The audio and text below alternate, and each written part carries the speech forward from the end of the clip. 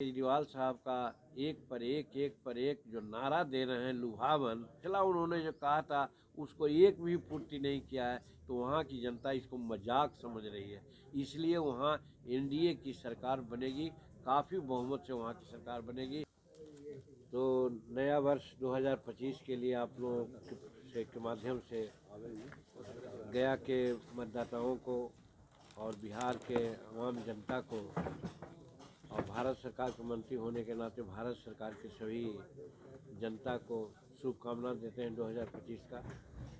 और प्रधानमंत्री नरेंद्र मोदी जी को आप लोगों के माध्यम से आभार व्यक्त करते हैं कि गया के लिए उन्होंने एक इतिहास कायम किया है कि जब से आज़ादी प्राप्त हुई है, जब से संविधान है, जब से चुनाव हो रहा है, गया का कोई भी एमपी भारत सरकार में मंत्री नहीं बना था और उन्होंने मंत्री बनाया है। और गया के लोगों की बड़ी अपेक्षाएं थी और गया के लोग जो चुनाव में हमको वोट दिया था, यही समझ के वोट दिया था कि हम एमपी को वोट नहीं दे रहे हैं, हम एक मंत्री को वोट दे रहे हैं। और गया के आवाम जनता की जो अपेक्षाएं थी उसके अनुरूप हमारे नरेंद्र भाई मोदी जी जो एनडीए के नेता हैं, उन्होंने हमको केंद्र में मंत्री बना के एक अहम विभाग दिया है।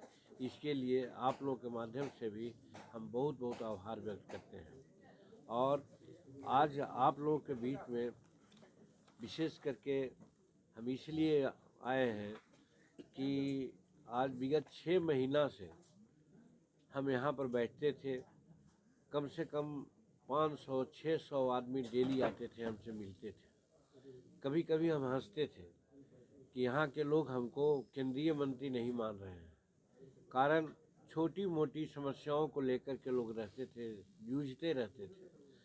अंत में मेरे दिमाग में आई बात, हमारे साथियों ने भी कहा कि 6 महीना गुजर गए और क्षेत्र का भ्रमण नहीं हो रहा है और कोई बड़ी बड़ी समस्याएं भी नहीं आ रही है, तो ये हम लोग के लिए अच्छा नहीं रहेगा। तो सभी साथियों का जो विधि सम्मत राय मिली, उसके आधार से कल बहुत गंभीर समय में, कल एक प्राकृतिक आपदा के रूप में यहाँ पर कुहासा छाया हुआ था, बावजूद उसके आप जानते हैं कि हम 80 वर्ष पार कर रहे हैं और अनेक बीमारियों से ग्रस्त भी हैं, उसके बावजूद भी जनता की बात को समझ करके हमने नहीं माना नेचुरल कलामिटी को और हम रस कर गए। तो सबसे पहले हम लोग डोभी प्रखंड में गए हैं। डोभी प्रखंड में हाँ शिवरत्तीपुर एक गांव है बजौरा पंचायत में, उस गांव में हम गए और उस गांव में एक आदमी की मृत्यु हो गई थी ट्रैक्टर से। ट्रैक्टर ने धक्का उनको मार दिया था और मृत्यु हो गई थी। और मृत्यु हुए कम से कम 1 महीना हो गया था और उसके बाद भी आज तक उसको किसी प्रकार की कोई राहत नहीं मिलने की हमको सूचना मिली थी। तो सबसे पहले हम उस गांव में गए और जाके उस गांव में देखा तो सही देखा, वहाँ पर वीडियो आए और 1-2 लोग थे। हमने कहा कि अगर ये रोड जाम कर देता तो तुरंत ही आप लोग इसको अंत्येष्टि के लिए भी देते, पारिवारिक लाभ के भी देते, या दुर्घटनाग्रस्त हुआ तो ट्रांसपोर्ट से संबंधित बातें होती है वो भी देते। तो खैर और सब बातों की बात तो मैं नहीं कहता, लेकिन कम से कम पारिवारिक लाभ तो मिलना चाहिए था, वो नहीं मिला। तो उनको वीडियो को आदेशित दे करके और कुछ अपने तरफ से भी आर्थिक सहायता दे करके वहाँ से आगे बढ़े हम लोग। अब आगे बढ़ने के बाद सीधे हम लोग चले गए शिवगंज। शिवगंज बाराचट्टी में पड़ता है, एक बाज़ार है और वहाँ पर एक एडिशनल हेल्थ सेंटर है जो सामुदायिक भवन में चलता है, बहुत पहले से चल रहा है। वहाँ पर बैठे सैकड़ों लोग जुट गए, नर नारी बच्चे सब लोग। उन लोगों से हम लोगों ने जो बातें की उसमें 2-3 बातों की चर्चा उन लोगों ने किया हमारे सामने। सबसे पहले तो ये बात किया, ये है लाश को सेफ्टी टैंक में डाल के ऊपर से चुनवा दिया गया है, इस पर क्या प्रतिक्रिया? जघन्य घटना है। पत्रकार हमारा समाज का बहुत चौथा स्तंभ है और इसको निर्भीक पत्रकार होगा, बहुत सच्चाई को सामने लाने वाला आदमी होगा। तो जानबूझकर के जो डिसग्रंटल लोग हैं, दुष्कर्मी लोग हैं, उनकी हत्या क्या है, इसको हम जितनी भी भर्त्सना करेंगे वो कम है।